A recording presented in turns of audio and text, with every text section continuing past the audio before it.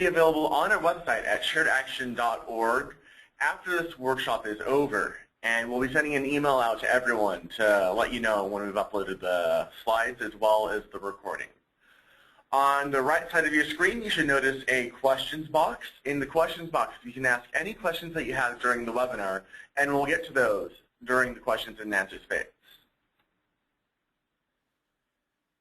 This workshop is accommodated by 2 work groups on Friday and the next Monday from 10 a.m. to 11 a.m. Pacific Standard Time. And what we'll be going over in those work groups are a set of discussion questions that you'll receive after this workshop is concluded, asking you about certain things in the workshop, how you'd handle certain situations, and just different discussion questions. And we'll be going over those as a group verbally during the work groups. And this means that on Friday and Monday you will be speaking, unlike today where it'll be just us talking to you. If you haven't signed up for a work group yet, please do so after this workshop. A reminder email will be sent out sometime this afternoon.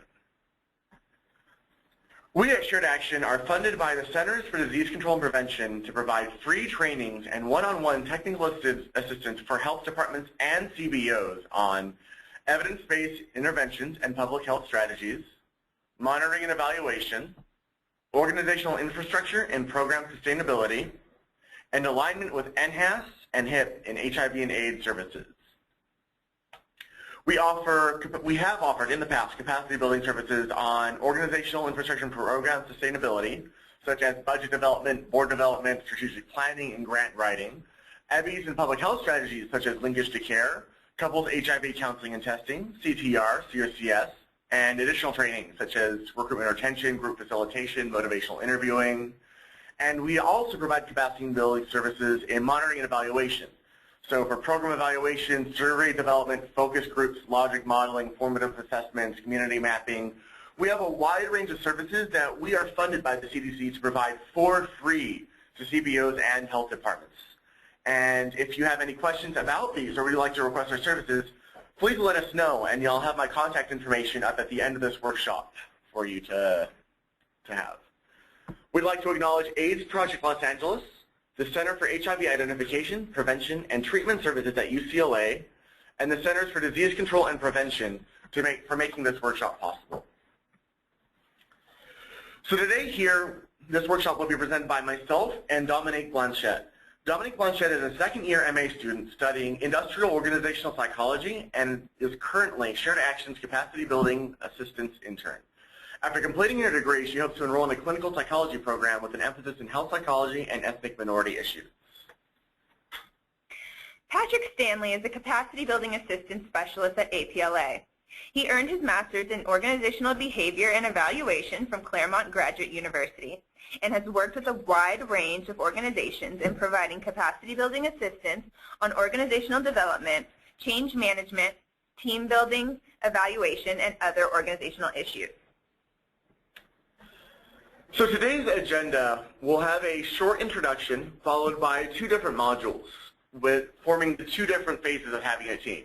Module 1 is on forming your team, and the second module is on creating an effective team, managing that team, and making your team as effective as possible. Then we'll have a closing and questions and answers. So why is teamwork important to us in HIV and AIDS services? As we all know, HIV and AIDS services are rapidly changing with the National HIV and AIDS Strategy and the Affordable Care Act. With NHAS, not only just are the new directions rapidly changing the environment, but we currently have programs or certain DEBIs being de-emphasized or defunded. CBOs now are having to face these issues of how are we going to transform our agency into an agency that can keep up with the highest level of HIV and AIDS services possible. The Affordable Care Act is going to hit later this year, and that's also going to rapidly change the environment as far as HIV testing goes, how we're going to instruct our clients when we're doing linkage to care, how are we going to get them linked with a medical provider. And agencies are going to need to respond quickly to these changes, and one of the best ways to do so is to create an effective team that can not only scan and monitor, but also act on these changes and serve as your organization's guiding compass. So, how do you build an effective team? And Dominique will take over from here. All right, so let's jump right into it, forming a team. When we're talking about forming a team, let's go over quickly a definition of what a team actually is. So a team is a group of 2 or more individuals that first exist to perform tasks relevant to an organization. They share common goals, they interact socially, and they also have task interdependence. And by task interdependence, we simply mean that tasks are dependent on one another. They also maintain and manage boundaries, and they exist under an organizational context that regulates them. So when we're talking about teams, we first want to distinguish the difference between what a team actually is and what a group is. So again, a team is a small number of people with complementary skills. They're committed to a common purpose. That's very important. And they set a group performance goals, and they have an approach for which they hold themselves mutually accountable. So the key thing to remember about a team is that they've been brought together with a common purpose, and they want to achieve a common goal. So there's a level of mutual commitment and accountability there that's not going to be found in a group. Now, a group is a group of people with clearly defined membership. So they have members that are interdependent of each other, and they perform specific tasks and operate in the context of a larger organization. So in this case, each member has a certain part to play. And even though they're dependent on one another to achieve the final product, there's no mutual commitment or purpose like found in a team. So we're talking about the difference between groups and teams, but what makes teamwork important? Why is it important for us to be talking about it? Teamwork has a lot of benefits for our organizations.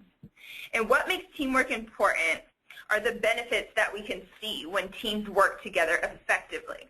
So we see 2 main types of benefits when we're talking about teams. We see task-related benefits, and we see social and emotional benefits. So these task-related benefits include things such as job satisfaction, include increased productivity, a decrease in organizational costs, an increase in creativity, and improved decision-making skills. And when we're talking about social and emotional benefits, these include, again, increased job satisfaction, but they also include a positive work attitude, a sense of individual belonging, the development of social relationships, and just simply being affiliated with something within an organization. So we see that teamwork can benefit both the individual and the organization, but what can we actually do to reap these benefits within our own organizations? So what we see here is the 8 factors that lead to success in teams. This is coming from the Harvard Business Review. And this is just going to give us some kind of idea on how we can foster the benefits of teamwork within our own organization. And they're in no particular order. So I'm just going to go over them. So first we see investing in relationship practices. So by this I mean if financially feasible within our organization, executives can make noticeable investments in different facilities or programs that can foster collaboration within teams. So an example of this would be something like an open floor plan in the office to foster communication. Next, we see modeling collaborative behavior. So this simply means that those in leadership roles or positions should model the behavior that they want their team members to demonstrate. Next, we see creating a gift culture. And by gift culture, I don't necessarily mean a physical gift, but rather the gift of mentorship or coaching. So we want to give knowledge to those around us in order to build networks and increase communication within our team. Next, we want to ensure requisite skills. So this is by way of HR or different training methods. So we basically want to teach individuals how to do different things, such as solve conflicts, how to communicate more effectively, and how to just build better relationships with their team members. Next, we want to support a strong sense of community. So when individuals feel like they're part of a community, they're more likely to feel comfortable sharing knowledge with each other, more comfortable receiving that knowledge from other people, and also reaching out to others. Next, we want to assign team leaders And when we're talking about team leaders, we want an individual that is both task-oriented and relationship-oriented. Both of these are keys to successfully leading a team. So we want to start with a more task-oriented approach towards the beginning of our project and team formation. And then once the ball is rolling and in full swing, we can convert to a more relationship-oriented approach. Next, we want to build on heritage relationships. So this is a best practice, and by heritage relationships, I simply mean that we want to put at least a few individuals on a team together that already know each other. Because it's shown in the research that when all members of a team are strangers, it's going to be hard to get the initial flow of communication going within that team.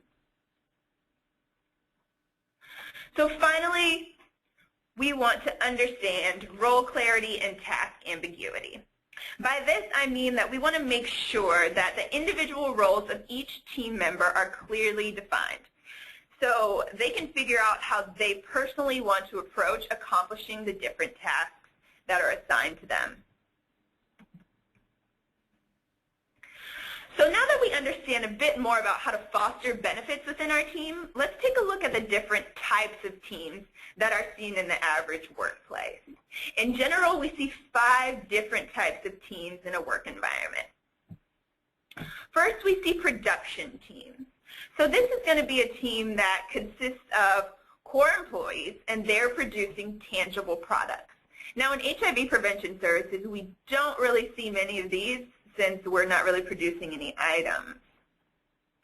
The next would be a service team. A service team engages in repeated tasks with customers, all of which have very different needs. So an example of this in our services would be a testing counselor. Next are management teams. And management teams are simply teams of senior level individuals who oversee and direct lower level units. So an example of this would be how, for example, your program manager oversees your frontline staff. Then we have project teams, and project teams are temporary teams that perform specialized or time-constrained tasks. So they perform these tasks and then they're disbanded when the task is complete. So an example of this would be a team that's put together to prepare your agency for something like ACA. Finally, we have action and performing teams.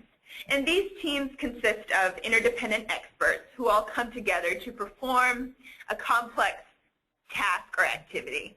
So an example of this would be a team that's running a mobile testing unit.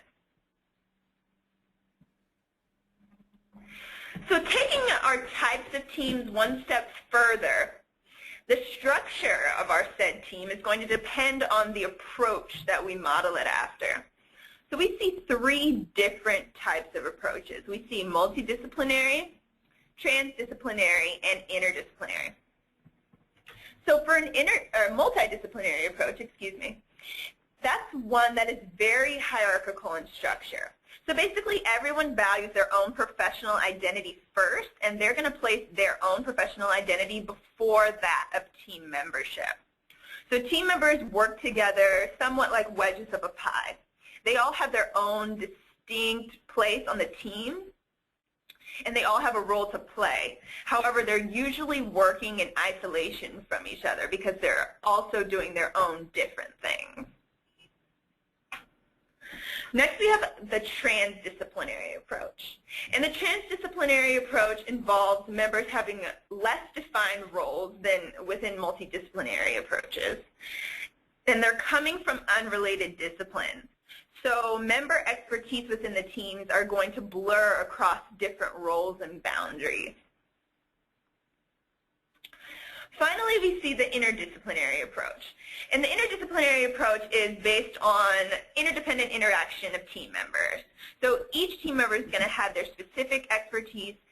Everyone's going to work closely together to communicate and share knowledge. So an interdisciplinary team structure can somewhat be described as a hand. So each member of the team is like a finger. And as we all know, a hand as 5 fingers is going to work much better than 1 finger will by itself. Another type of team we see becoming more and more prevalent in the workplace are virtual teams. And virtual teams are teams that use information and communication technologies to complete tasks, receive information, and cooperate over some form of geographic distance.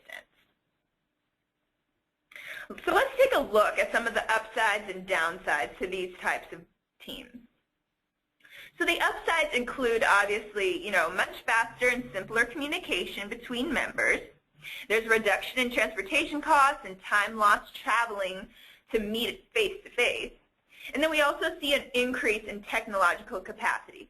So we're using things such as webcams and video conferencing, and all of these things are technological advances that allow us to exchange some of the nonverbal cues amongst teammates that we would be exchanging if we were face-to-face.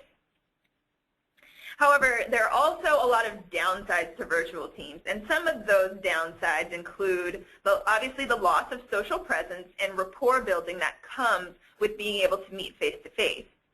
So this can make it really hard to break through any cultural barriers that may exist within the team. This, in turn, can produce the opportunity for a lot more team conflict. Also, we see the filtering out of context cues that occur with face-to-face interaction. So this negatively affects our interpersonal and group processes within the team.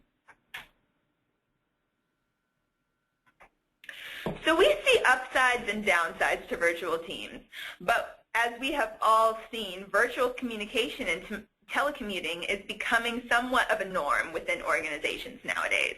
So let's look at some tips for creating a strong virtual team. First, we want to have an initial face-to-face meeting if possible. This is important because it can allow for employees to build, like I said, the rapport during the initial meeting. And going further than that, if we can possibly schedule another face-to-face meeting sporadically, throughout the timeline of the team if possible, that would be great as well. And also, going off of that, as we stated in our 8 factors of success, we want to try and create a virtual team that's based off strong heritage relationships. So we have team members that already know each other, and so that trust and communication between members won't be as much of an issue. Next, we want to set a strong foundation for the team by creating norms and rules for them to abide by. This is going to basically just set the tone of the team, and each individual is going to know up front what's expected of them as a team member. In a virtual team, it's very important to have an individual in a strong leadership role. This person is going to be in charge of making sure each member is doing their part, that they're pulling their weight, and that they're keeping to deadlines. Because it's going to be impossible for each team member to try and regulate the happenings of another teammate when you're working virtually. So we need someone in charge to make sure everyone's doing their part. This is going to be vital to our virtual team success. And then finally, we want to build a rhythm within our team. So being that the team is virtual, obviously it's important to be mindful that it's going to be very easy to social loaf, and it's going to be easy to stray off task. So we want to make sure there's an accessible schedule for our virtual team. We want to make sure this includes all the dates for things being due, all our meeting times, and things of the like. We want to try and make these things fall as close to the same days of the week or the same time as possible. This is going to be able to create a rhythm within our team, and so things will become routine. So everyone knows that, everything's going to be due on the second Friday of each month, something like that. So we want to create a rhythm within our virtual team. So thus far, we've gone over what a team is. We've gone over the benefits of a team and how we can foster those benefits. And we've also gone over the different types of teams and approaches. So let's talk a little bit about starting our team. So when we're starting our team, it's important to select members based on requirements that are already set in place. We want to be mindful of the knowledge, skills, and abilities, or KSAs, that are necessary for team performance. So this is going to allow us to select and recruit our team members without personal bias. This is very, very important. We want to select and recruit without personal bias. So KSAs for teamwork should include things such as the skills or abilities needed to achieve different goals or tasks. We want to have individuals that are able to resolve conflict. We want individuals who can effectively communicate. And overall, we just want individuals who can be a contributing member to our team's success. So later in the presentation, Patrick is going to cover more in depth some specific types of KSAs that are related to teamwork. Selecting and recruiting team members based off KSAs has been shown in the research to be more effective than selecting off of personal bias and things such as personality type.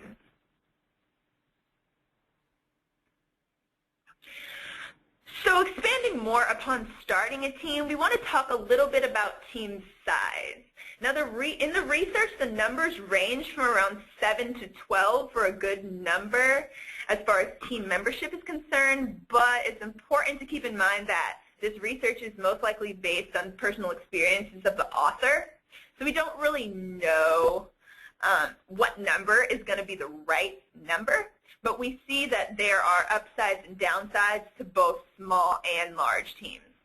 So let's go into that a little bit. So for large teams, you're going to have maybe more resources, maybe more funding. You're going to have maybe more expertise because you have more individuals.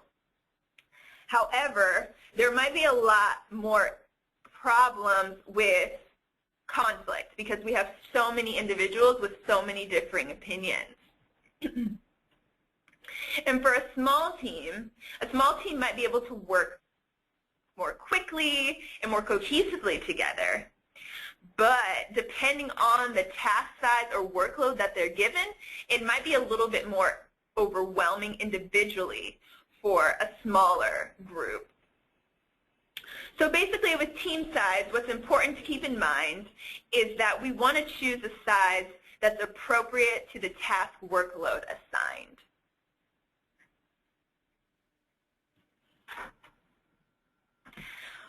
So going along with starting a team is also motivating that new team. So what we see here in the diagram is Maslow's hierarchy of needs. And some of you all may already be familiar with Maslow. Maslow basically said that our higher level needs can only be satisfied once our low level needs are achieved. So from bottom to top, quickly, we'll just go over this pyramid for some of you that haven't seen it before. First, we're starting with physiological needs. So physiological needs include things such as food, water, and shelter. Moving up, we have safety and security. That includes things such as health, employment, family, and social stability. Then we have love and belonging. So that includes things such as friendship, intimacy, and a sense of connection. Then we have self-esteem, which includes confidence, achievement, and respect of others. And then finally, at the very top of the pyramid, we have self-actualization. So this includes morality, creativity, experience, and just an overall purpose. So thinking about our teams, I want you guys to think about if the lower level needs of your team is being met. For example, do we have the resources that we need to complete tasks? Or going further than that, are our needs as far as work-life balance being met? So think about how we can help our teams better achieve these lower level needs so that we can move up the hierarchy. And something to remember about this is it is a hierarchy. You have to achieve the lower levels before you can even get to the higher levels. So you may be giving certificate or rewards, like physical rewards, to your team members for a job well done. But if they don't even have the resources to get their job done, that's going to have so much less of an impact. And you should be really focusing on making sure that you're going from the bottom up on this hierarchy. So make sure that they have all the resources they need. Then you can kind of start moving up to the more intrinsic rewards that Dominique will go into as well. Right. That's a good point, Patrick. And going right into our next slide, actually, are intrinsic versus extrinsic factors. So these are going to be the factors that actually influence motivation. So intrinsic factors are going to be ones that come from the work itself. This comes from the goals or aspirations of each individual. So these factors are going to include things such as social relationships, achievements, or something like the possibility for growth within the organization. However, extrinsic factors, like Patrick mentioned, are going to depend on the surrounding environment or the basic human needs.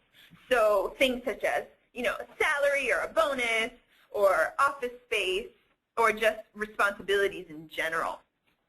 So a lot of people are going to be extrinsically motivated, but we see in the research that it's most effective for teams to work off intrinsic factors. However, sometimes extrinsic factors are going to have some benefits. For example, if we want people to come to a very important meeting, we might think about, offering food in that meeting to get people more motivated to come. Because we all know everybody likes a treat. And moving right along, let's talk about some norms within teams. And norms are simply rules that groups adopt to regulate group member behavior. So an example of some typical values or norms within teams would be being responsible, being ethical, being professional, or being punctual. Overall, norms are important because they maximize the team's chance of success.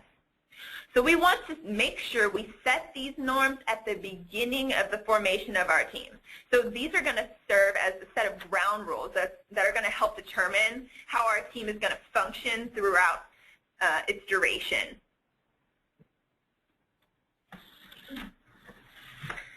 So we want to form these norms, but we also want to keep in mind that there can be some challenges to norm formation. Two challenges that we see commonly come from cross-cultural differences and also from virtual teams. So with cross-cultural differences, these pose a challenge to norm formation because, each individual's personal values are going to affect what they believe that norms are.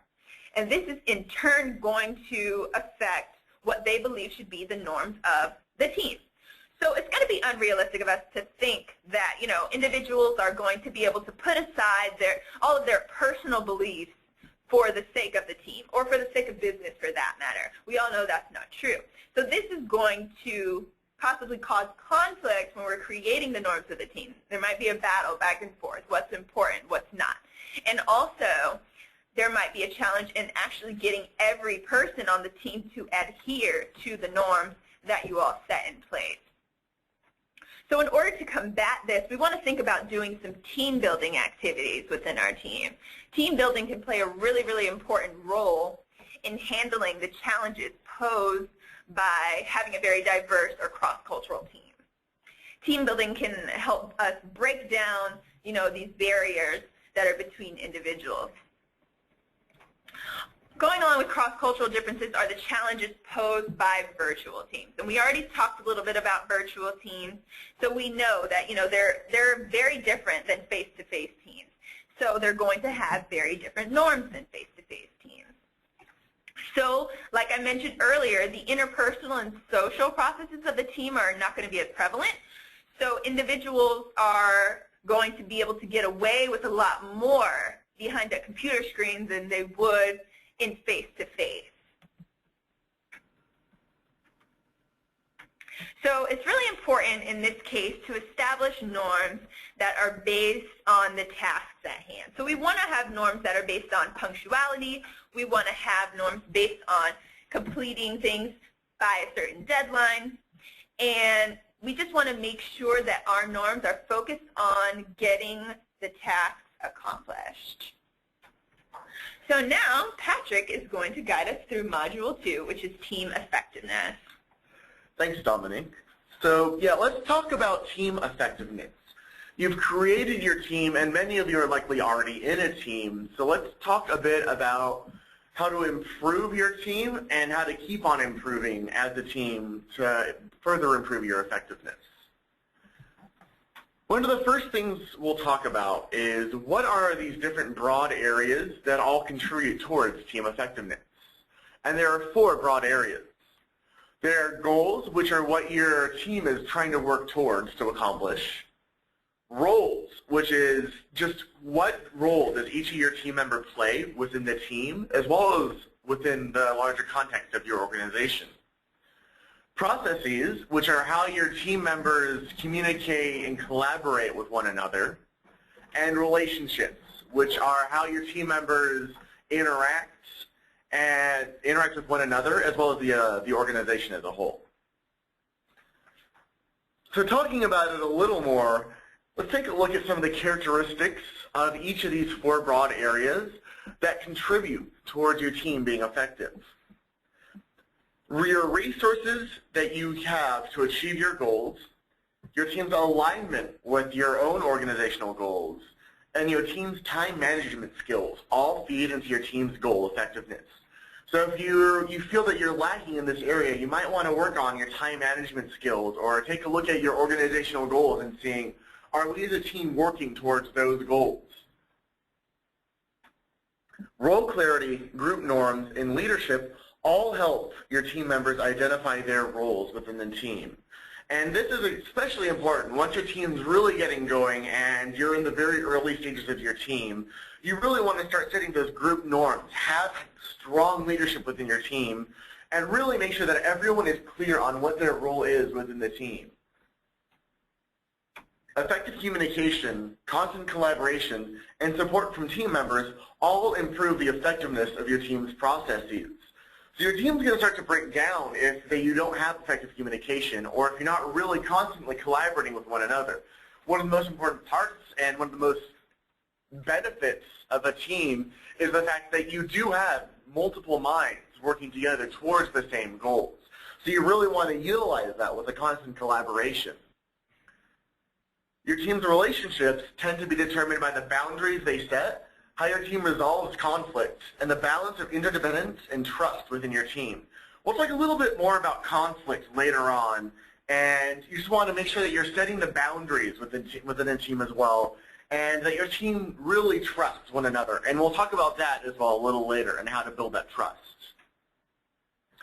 And I could honestly go on about these for another 3 hours, but I feel that one of the most important points to get across with all of this is fostering effective communication with your team.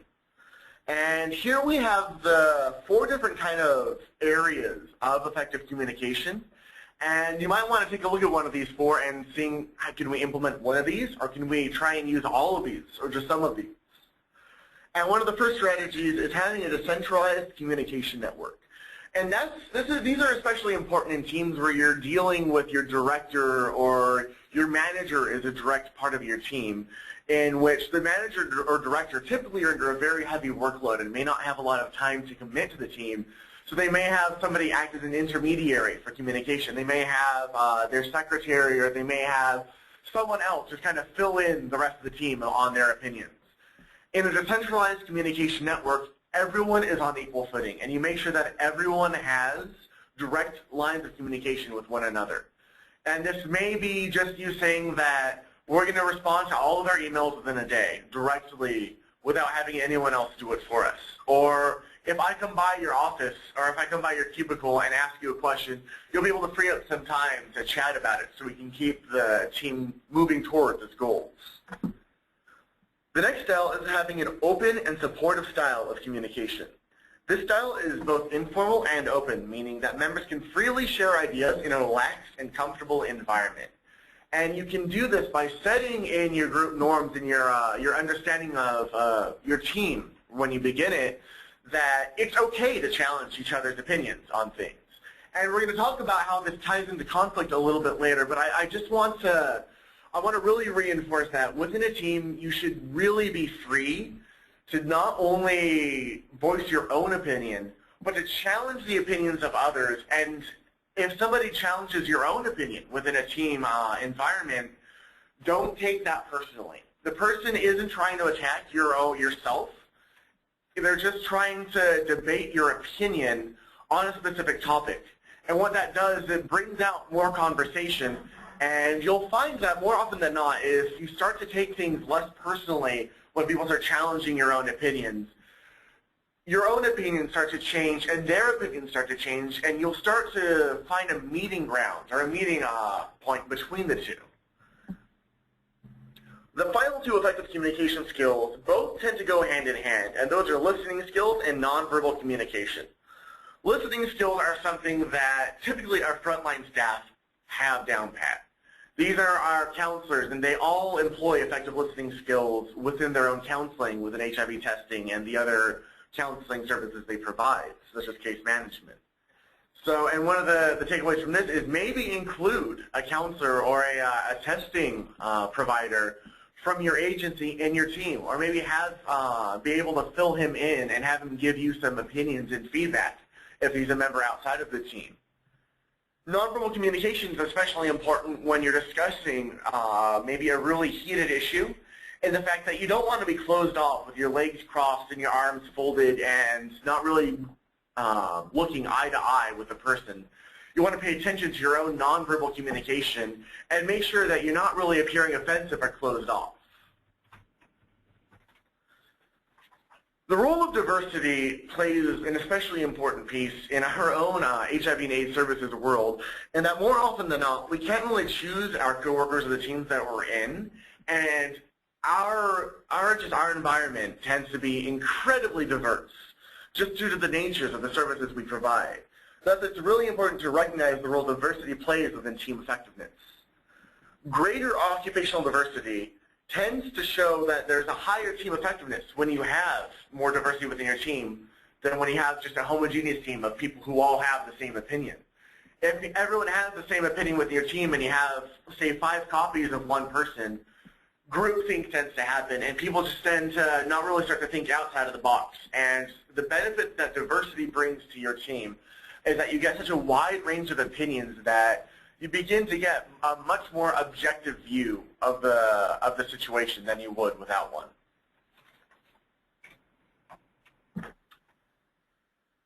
Let's take a look at the characteristics of effective team members. Effective team members tend to be flexible, cooperative, dependable, open, and have adjustment skills.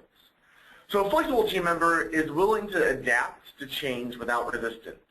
This means that if the team has to change their focus or their goals for whatever reason, that each team member is willing to change that, seeing that it ties into the greater organizational goal, and they tend to remove their own personal interests and their own personal associations from that. And they're much easier able to be flexible for that reason. Effective team members tend to be cooperative in that they share an equal workload and are able to assist when needed. And when I say an equal workload, particularly in a team, not every person is going to share an absolute equal amount of work. You may have somebody in your team, for example, that is mostly information technology focused, and they come in at the later stages of your team to help you build the IT portions of whatever you're working on. Or you may have somebody who is an expert but doesn't have a lot of time to contribute to the team, and you just have to recognize that even though that person is contributing maybe in 1 in every 3 or 4 of your team's meetings, so they're still really having the equal workload because that's what's been agreed to at the beginning of the team, that they won't be able to come as often, but their opinion is valued that much that they'll be able to still provide an equal workload. Effective team members tend to be dependable in the sense that you can just depend on one another to communicate effectively and reliably, in that you're not taking 3 days to respond to an email, or you're not lagging behind on the tasks that you've promised that you would complete on schedule. Effective team members tend to be open, so without fear of conflict, as I mentioned before, team members should create an environment where opinions can be challenged and discussed for the greater good of your team. And finally, adjustment skills, which kind of goes hand in hand with flexible, in that it's the ability for team members to adjust to changes to the team's goals or visions. Interpersonal relationships in teams play an important role in your team's effectiveness. Healthy social relationships are helpful in team success and have been shown to improve team success. And this can kind of be boiled down into 3 different areas. Members within teams should have trust for one another, they should have mutual respect for one another, and they should have commitment with one another. And all of these can be built either with team building at the beginning of a team, or with group norms that you're going to be committed to one another and you'll be reliable.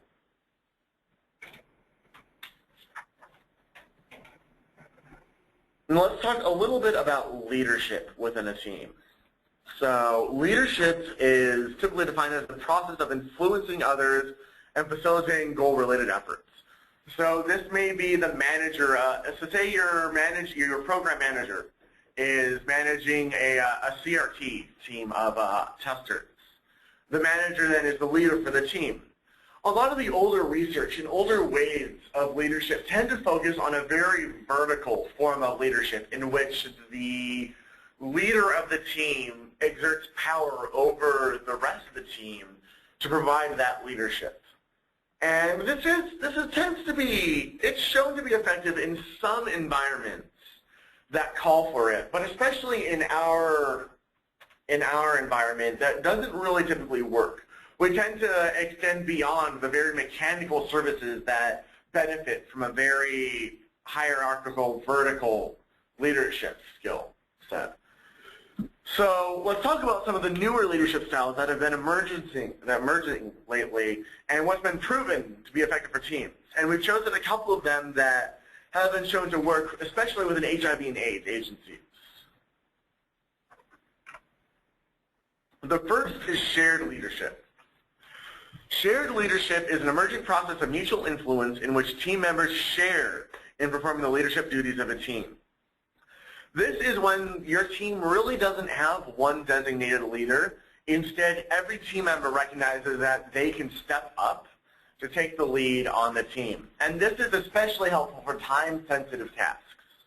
Because if you have maybe certain team members are lagging behind a little bit and they're not getting their tasks done on time, or you feel that your team has come to a standstill and no one has really stepped up to help break through that, it's then your job as a member of the team to step up and become the leader because you've seen this as an issue that you can help resolve. This is very positively related to team performance and has been shown to increase information sharing and increase participation among team members because everyone feels empowered to lead the team. The downside to shared leadership is it takes time to develop, and it's been shown to be, it's the most natural in environments where team members know one another before they enter the team environment, before they become a team, because they feel more relaxed and much more likely to open up and express their own opinions to the people they know. The other kind of leadership that has also been shown to be effective is transformational leadership. Transformational leadership is when you have a designated leader, but this leader takes less of an exerting power role where he's telling your team what to do, as in team member A, you have to do this by this date, team member B, you have to do this by this date. But instead, this team leader is taking more of a motivational or an empowering approach. And the leader both motivates and elevates team members to accomplish the tasks that they've been assigned. This helps convert leaders into followers. So if you have a lot of people who typically tend to want to lead a team, but you do really have a power structure where you have a manager, and the manager is managing the rest of your testers or your counselors or your case managers, and that's just kind of ingrained in your organization. You can use transformational leadership instead, and this really focuses on you as a transformational leader motivating your team to step up and become leaders within their own team. The leadership style is based on 4 basic attributes, which are idealized influence, inspirational motivation, intellectual stimulation, and individualized consideration. And we won't go into these a lot, but really you want to provide individual coaching and support to your team members, emphasize the importance of collectivism and higher order things, thus promoting team cohesion, and communicate a consistent and attractive view of the team, not only to your own team, but to other members of your organization. You want to keep your team morale up. With team goals, the most efficient teams and most effective teams are those that are aligned to contribute to and achieve your organizational goals. And typically your own team goals will lie within your organizational goals. One of the goals of a testing team is to provide high-quality services, and that's typically what are the goals of your overall organization. So this isn't something you really have to push for or really act on, but you just have to acknowledge it and encourage people to be empowered by it. Having a clearly defined mission and purpose is critical to team effectiveness, according to research. And you have to make sure that your goals are challenging yet attainable. This tends to be an issue, especially when numbers and contractual numbers come into play. Teams can get very demoralized when, say, you've been committed to provide 300 PCC sessions, and you know that really isn't feasible, and you know it may be in the process of being revised currently, but if your team doesn't know that, and your team is currently being very demoralized by the fact that they know that they're never going to be able to reach like a ludicrous number of tests or counseling sessions provided within a 6-month or 1-year period, make sure you communicate with them that, hey guys, we know that this seems a little off, and we're currently working with our with the contractors to get this changed to a more reasonable number. And to promote goal acceptance, involve the whole team in creating the goals. Make the goal creation process a group process instead of a leader or a manager empowered process. And typically what we found is that when this happens, when your entire team creates the goals do tend to be more reasonable and more attainable, and typically they tend to be around the same as if you were just having the manager create them yourself. But this has the side benefit of now your team members are invested in the team more because they had a hand in creating the goals that are guiding the team themselves. In order to make sure that teams are steadily progressing towards their goal, it is important to monitor individual and team performance. And this is a step that a lot of teams tend to back off on. Or maybe if you're in a more formal power structure, you do like a yearly performance review or performance evaluation. And for true effective performance management, you need to give consistent and constant feedback to your team members, even if you're not the leader. Having self-assessment and feedback through meetings is especially important. So say your team meets once a week or once every other week. Put aside 5 or 10 minutes within that meeting to give feedback, to say, well, this is how I think I've been doing. What have you guys been thinking? Is there anything that I can improve on? And phrase it in a positive light. You're not out to criticize or lament your fellow team members, but instead help them improve. If you're a manager managing a team and you're serving as that leader role, maybe consider, even though your organization officially only does a yearly or every 6-month performance evaluation, maybe take the time to sit down with your team members once a month or once every other week, just for 5 to 10 minutes, and ask them, so hey, how's it going? How are you doing? How are you feeling about your tasks? Is there anything I can help you out with? Is there anything that you feel that you might need extra help with? And what happens a lot of the time is, this is always assumed. It's assumed that your employees or your team members will just tell you this. And a lot of the time, they won't. They'll tend to keep it inside because they may feel that if they tell you, they're not, they feel that they're less worthwhile because they're not really accomplishing the goals, the tasks that they promised to. And by not just confronting them, but by talking with them and just asking them these basic questions, you'll encourage them to show them that, hey, I'm not out to judge you, but I'm really just here to help you progress and provide you with as much support as I possibly can. And this is always just an issue because if you only tell your team members once a year or once every 6 months how they're doing, they don't really have a good barometer of, it's like every other month I've been steadily declining in my work, but I don't really know that you've been thinking this because you haven't told me.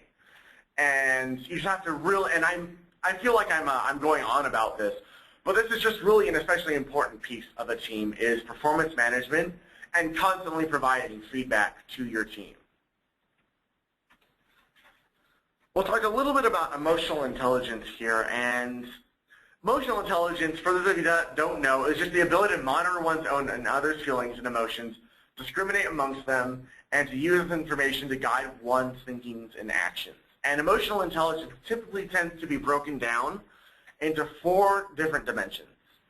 There's the perception of emotions, which is your ability to see the emotions of others. There's the facilitation of emotions, which is your ability to use your own emotions to facilitate your thought. There's the understanding of emotions, which is understanding the meanings of emotions. And then there's managing emotions, which is your ability to control your emotions to convey information.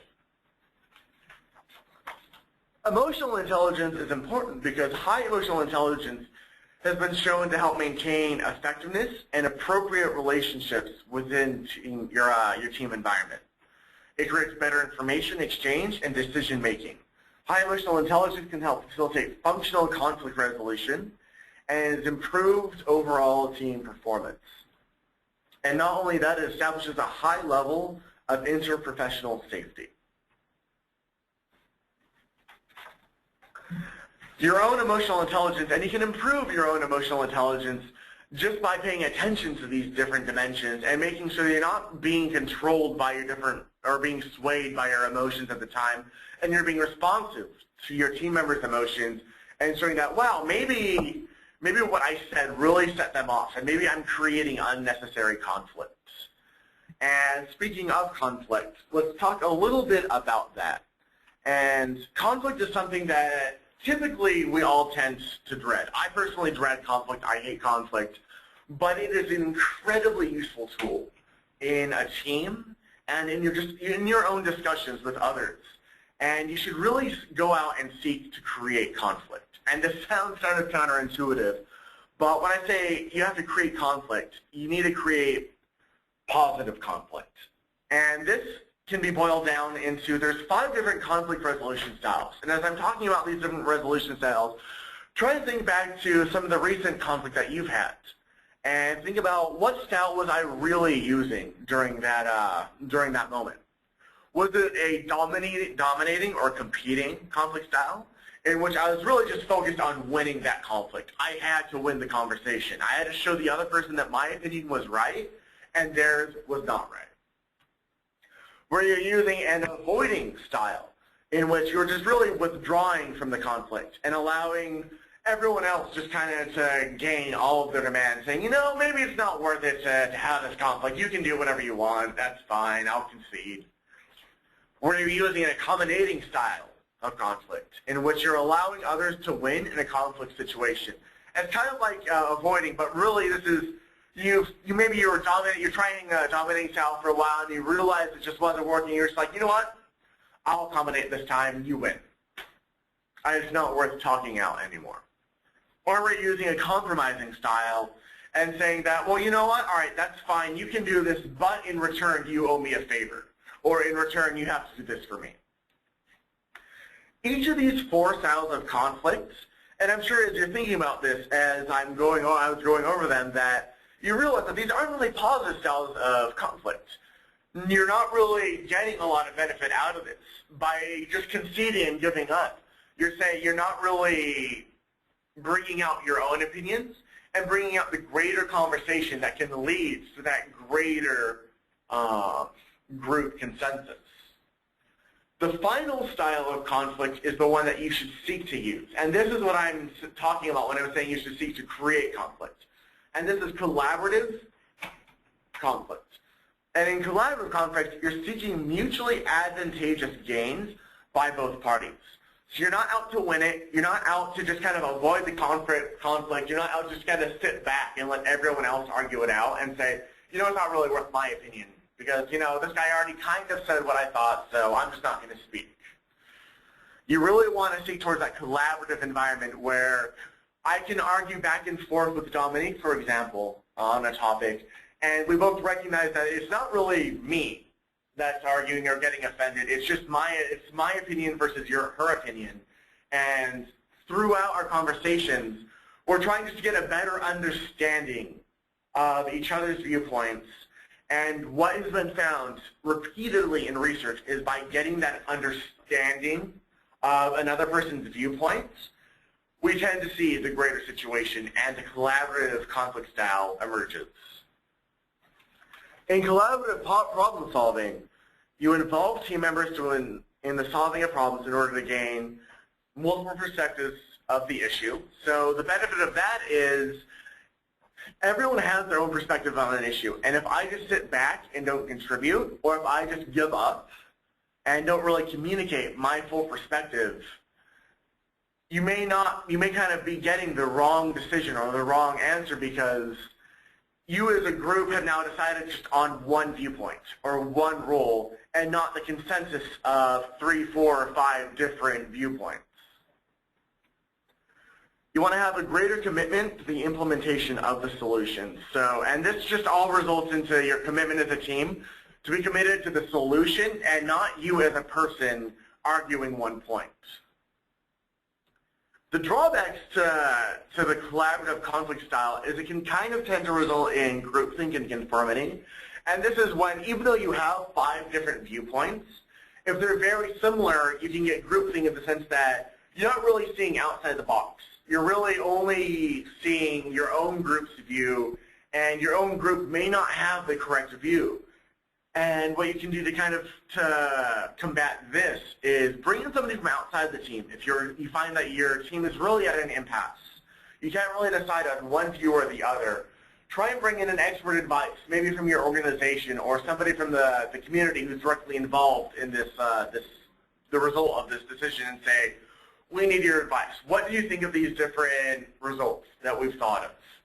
And typically by bringing in that outside viewpoint, they'll bring in extra information that your team can use to make the correct decision.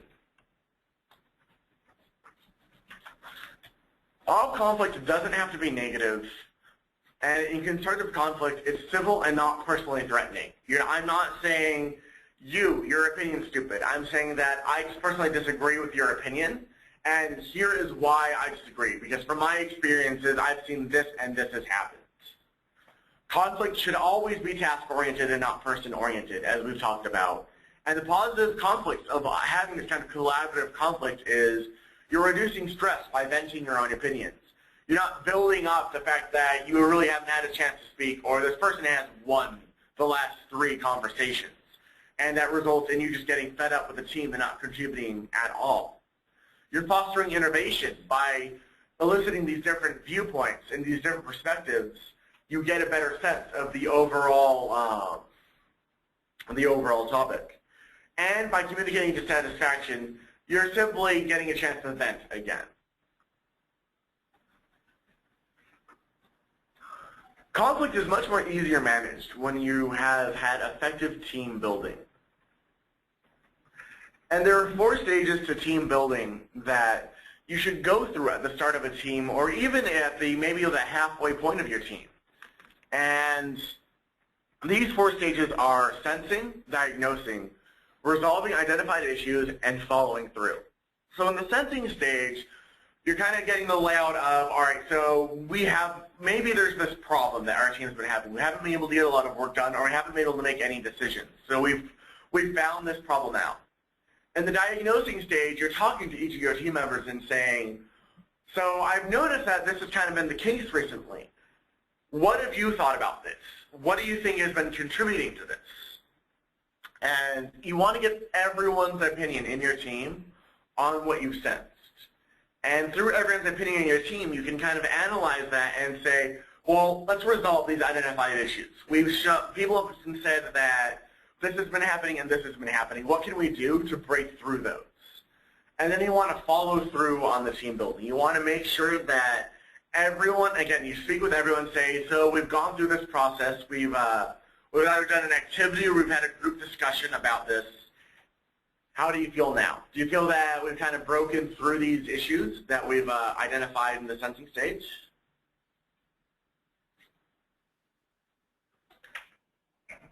So the next is team support and recognition. And this goes hand in hand with a lot of what we've talked about before. And team support and recognition has been shown to significantly influence team commitment. And you can simply support and recognize your team by communicating this to your team, by saying, well, hey, thanks for giving this to me on time, or thanks, I think you did a really good job on this. This will really be beneficial to our team. On the manager or leadership side of the thing, as I mentioned before, you want to really constantly give that feedback and support and create that feedback loop where you're constantly discussing with your team members how they're doing and how they can continue to improve. As we near the end of this, I want to talk about a strategy that has been shown to be really effective in action, especially in HIV and AIDS services that has been used. And this is using the analogy of sports teams. So this was based on a paper that Katz and Koenig published in 2002, in which they showed that a lot of our organizational teams can be directly related to sports teams. And by taking a lot of how sports teams function and how they've been shown to continuously win and progress as a team, that your own team can create those wins and continue to work towards your goals. And there are 7 lessons that we've kind of learned throughout implementing some of these sports teams aspects into organizational teams. So one of the first lessons is integrating cooperation and competition. So we've talked about this already. You want to make sure that your team cooperates with one another and you're competing. You feel the need to both combat your another person's opinions, but you're doing this in a friendly way and in a professional way. As a leader or as a manager of your team, you want to orchestrate some early wins. And you can do this by, say you have a very large task at hand. You've created your team and say, we have to get this, we have to do 30 counseling sessions within a couple of months. You can break down these larger, hefty goals into smaller goals by saying that, all right, so by the end of this month, we're going to do X testing sessions, or we'll have counseled 10 people. And by doing this, you're achieving a sense of accomplishment within your team. By meeting these smaller, much more manageable goals, your team feels more positive about meeting the overall goal. And it's not just this lofty, looming thing that your team's kind of knowledgeable of, but they're not really engaged in. You want to break out of losing streaks. So say that your team hasn't been able to meet some of the recent goals. Maybe team members have gotten busy, they've been sick, they've been out, or just for whatever reason, you've entered sort of this losing streak. You want to break out of this by maybe taking a look back at orchestrating some more of those early wins, breaking down some smaller attainable victories that you see that your team can do to get them out of the rut. We've all been there. We've all been in that situation where we've just felt like we've been losing constantly, or we've just been so negative. Like the environment's been so negative recently. It's been weighing down on us overall. And to combat this, by creating those early wins, by creating smaller incremental wins, you can begin to build back up that sense of accomplishment within your team. You want to carve out time for practice. And this is especially important within teams that are providing a service or teams that are addressing these NHAS or ACA issues. You want to carve out time for practice in the sense that maybe you want to set aside a meeting where your team just gets together to discuss where they're at and maybe talk about some of the stuff that they've been working on and get opinions from other people on the team. So even though I may be specifically working on one very specific aspect of the project that the team's working on, during the meeting I can talk about that and say, hey guys, do you have any suggestions for what I've been doing? Or do you have any do you think I can improve on any of this? You want to you want to call halftime. So maybe halfway through your group's goals, take a break. Have a small celebration victory, or have a small time to discuss, hey, we've gotten this far. How can we improve on what we've been doing? Do we need to improve? Well, you always want to improve, but so how can we improve on this, and what else can we do to continue providing the excellent services we've been providing? You want to keep team membership stable. And this isn't always in our hands. We know, for example, that testing counselors have such a high rate of turnover that we just can't control our team membership sometimes. But by keeping our team membership stable, what this does is you create a sense of commitment within the team that grows over time. And by at least even having 1 or 2 people who've been with the team for a long time, those veterans of the team can help acclimate the newer people to the team much easier than a whole new clean slate of people can. And finally, study the game video. And we'll talk about this a little bit. So just as a team studies the game video after every game, you want to take a look back after your team has either accomplished some of those early wins or has met its goals and your team is closing, and evaluate, so how did we do? What did we do right? What did we do wrong? What are some best practices that emerged from this team that we can pass on to the next team and ourselves in future teams that we participate in? So let's talk a little bit about that. So after your team has finished its goals, you've accomplished your goals, you want to evaluate your team's effectiveness. And this is a step that's almost always skipped from what I've seen, in the sense that once your team's done, it's usually, good job everyone, break up, we're done. You want to make sure to hold a debriefing meeting after your team's completed its task. You want to discuss what were your team's objectives, were they all accomplished, what went well, what could be done differently next time, and write these down. And I had mentioned just before that, maybe write down some best practices that emerged from that. And you can use those best practices for maybe other areas in your organization. Maybe if another team sprouts up to accomplish that same goal that you were working on, they can use those best practices to get a head start. And debriefing has been shown to increase personal and group teamwork aptitude. Okay, so that's it for the lecture portion of our workshop content.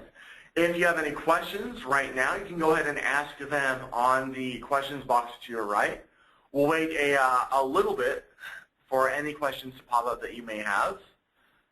Slides and or the recording of this workshop will be available either later today or tomorrow, and everyone who has attended this workshop will receive an email with links to those.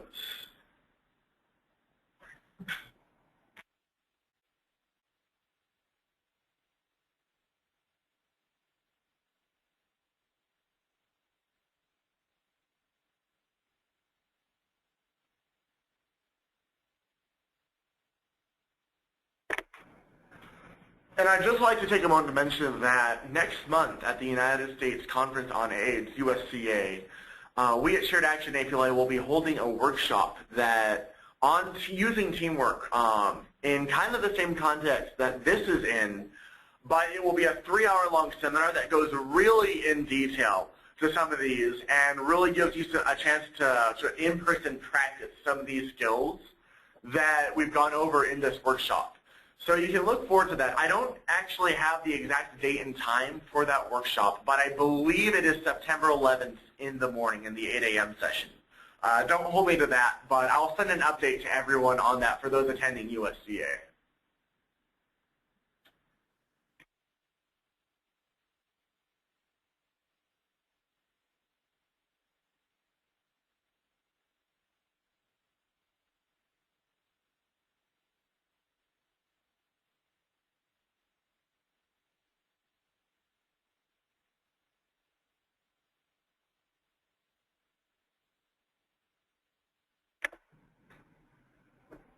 One question is, do we have a Facebook account or page? We currently do not have a Facebook account.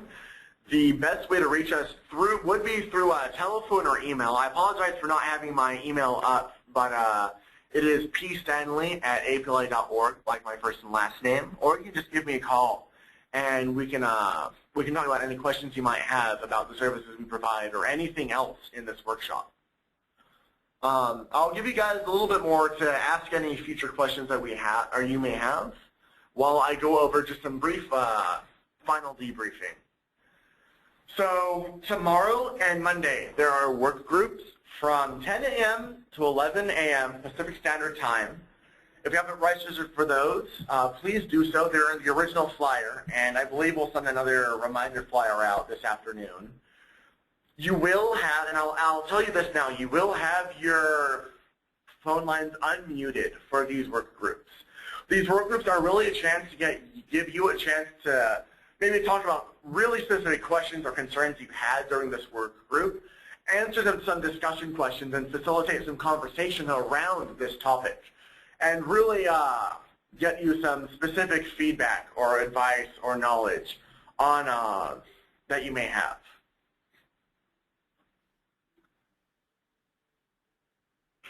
We haven't really looked into getting into social media just yet, but we will keep that in mind for the future. Thank you for asking.